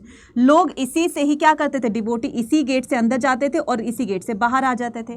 तो इसको क्या कहते हैं, इसको गर्भगृह कहा जाता है। तो a tall structure of the, तो यहाँ पर देखोगे कि इस टेम्पल के अंदर, जैसे मैं टेम्पल आपको बनाकर बताती हूँ। ठीक है, ये टेम्पल हो गया आपका इस तरीके से। ठीक है, ये टेम्पल हो गया और टेम्पल के यहाँ पर एक छोटा सा रूम होता जहाँ पर मेन डिटीज रखी जाती थी। ठीक है, और ठीक इस डिटीज के ऊपर जहाँ पर भगवान की मूर्तियाँ रखी, ठीक इसके ऊपर ना यहाँ पर क्या होता है, यहाँ पर होता है शिखर। ठीक है, यहाँ पर क्या होता है, शिखर। ये शिखर बनाने का कंसेप्ट क्यों और इसके पीछे का रीज़न क्या था। ये जो हमारे भगवान होते हैं, माना जाता है कि ये जो शिखर है ये इनका ताज होता है। ठीक है, और ये ताज दूर दूर तक दिखाई देना चाहिए ताकि लोगों को पता चले कि यहाँ पर भगवान विराजमान हैं। ठीक है, ये होता था शिखर, राइट। तो the tradition of the building artificial caves, तो ये जो है धीरे धीरे अब इस तरह की बिल्डिंग्स जो है वो गुफा टेम्पल्स में बनने लगी। मतलब जो केव्स टेम्पल्स होते हैं, पहले आपने देखा होगा कि माता वैष्णो देवी की जो मूर्तियां रखी हुई है, पिंडियां रखी हुई है, वो एक गुफा के अंदर है। इसी तरीके से अमरनाथ लगा लो, केदारनाथ लगा लो, ये पहले जो होते थे केव टेम्पल्स होते थे। लोग इन्हीं के अंदर जा जाकर इनको वर्शिप किया करते थे। फिर धीरे धीरे इसमें मॉडिफिकेशंस होने लगे, है ना। तो ये जो थे one of the unique feature of the early temple was that of these were hollowed the huge rocks। तो ये पहले बहुत बड़ा सा रॉक कट करके इनको बनाया जाता था। जैसे फॉर एग्जांपल कैलाशनाथ टेम्पल है। ठीक है, कैलाशनाथ टेम्पल है, तो कैलाशनाथ टेम्पल को एक पूरा रॉक काट करके इसको बनाया गया बच्चा, है ना। और पूरे एक पत्थर को काट करके इतना सुंदर टेम्पल बना देना, वाकई में बहुत ही सरप्राइजिंग और बहुत ही मतलब इनक्रेडिबल जो है वो काम है, जो कि इसको देखते, इसकी ब्यूटी देखते ही पता चलता है कि भाई यहाँ बहुत मेहनत लगी होगी। The tradition of the building artificial cave was an old one. तो ये जो केव्स टेम्पल थे ना, आर्टिफिशियल केव टेम्पल्स जो थे वो क्या थे, एक तरीके के आप कह सकते हो कि वो ओल्ड ट्रेडिशन था। Some of the earliest these are the constructed in the third. इनमें से कुछ बहुत पुराने जो बने हुए थे, तो ये सबसे पुराने जो टेम्पल बने हुए थे ये 3rd सेंचुरी BC के दौरान बनाए गए थे on the order of the Ashoka renouncer who belong to the Ajivika sect. अब यहाँ पर दो आते हैं, एक होता है आजीविक सेक्ट, एक होता है आपका कौन सा, एक होता है आपका आजीविक सेक्ट होता है, नहीं हो गया कहाँ, ठीक।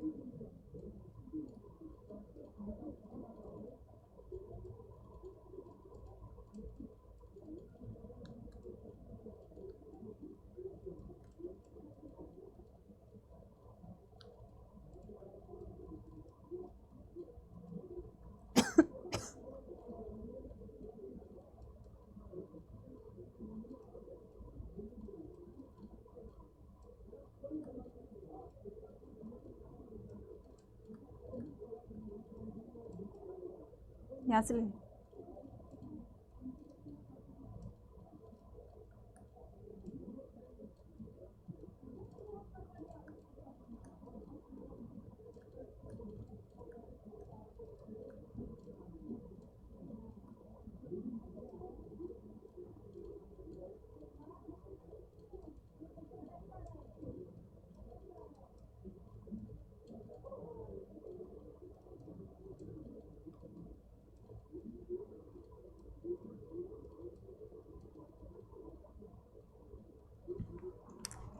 ठीक है, सॉरी बच्चा, है ना।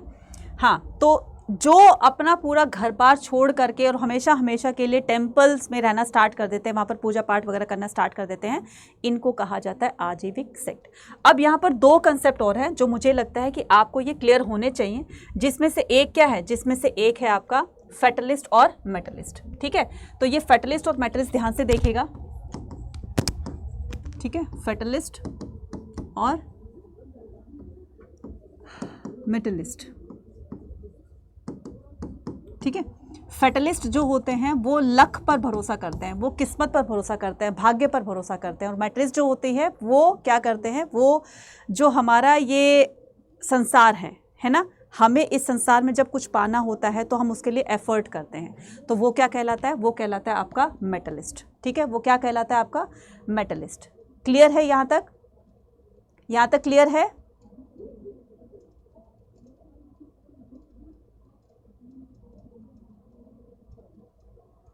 ठीक है, तो जो कर्म पर फोकस करते हैं वो मेटलिस्ट, और जो भाग्य पर भरोसा करते हैं वो क्या हो जाएगा, वो हो जाएगा आपका फेटलिस्ट। ठीक है, तो ये पूरा का पूरा जो है चैप्टर आई होप आपको पूरा अच्छी तरीके से समझ में आ गया होगा, है ना। और आ गया हो, वीडियो अच्छी लगी हो तो कमेंट सेक्शन में लिखकर ज़रूर से बताइएगा। ठीक है, और मुझे लगता है कि सभी बच्चों को बहुत मज़ा आया होगा और बहुत कुछ जानने को मिला होगा बौद्धिज्म और जैनिज्म के बारे में, है ना, हमारे टेम्पल्स के बारे में।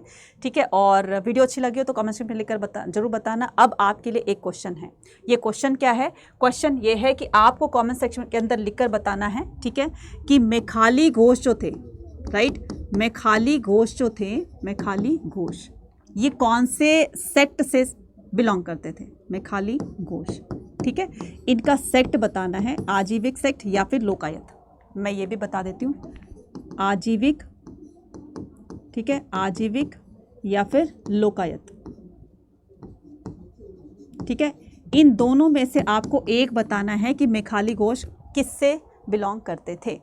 अब बहुत सारे बच्चे पूछ रहे हैं कि मैम इसकी पीडीएफ कहाँ मिलेगी, तो पीडीएफ मिलेगी बच्चा आपको कहाँ पर, पीडीएफ मिलेगी आपको सारी की सारी संजीवनी पर। संजीवनी कहाँ पर होगी, संजीवनी होगी आपकी अड्डा 24/7 की ऐप पर। ठीक है, अड्डा 24/7 की ऐप को आपने डाउनलोड करना है।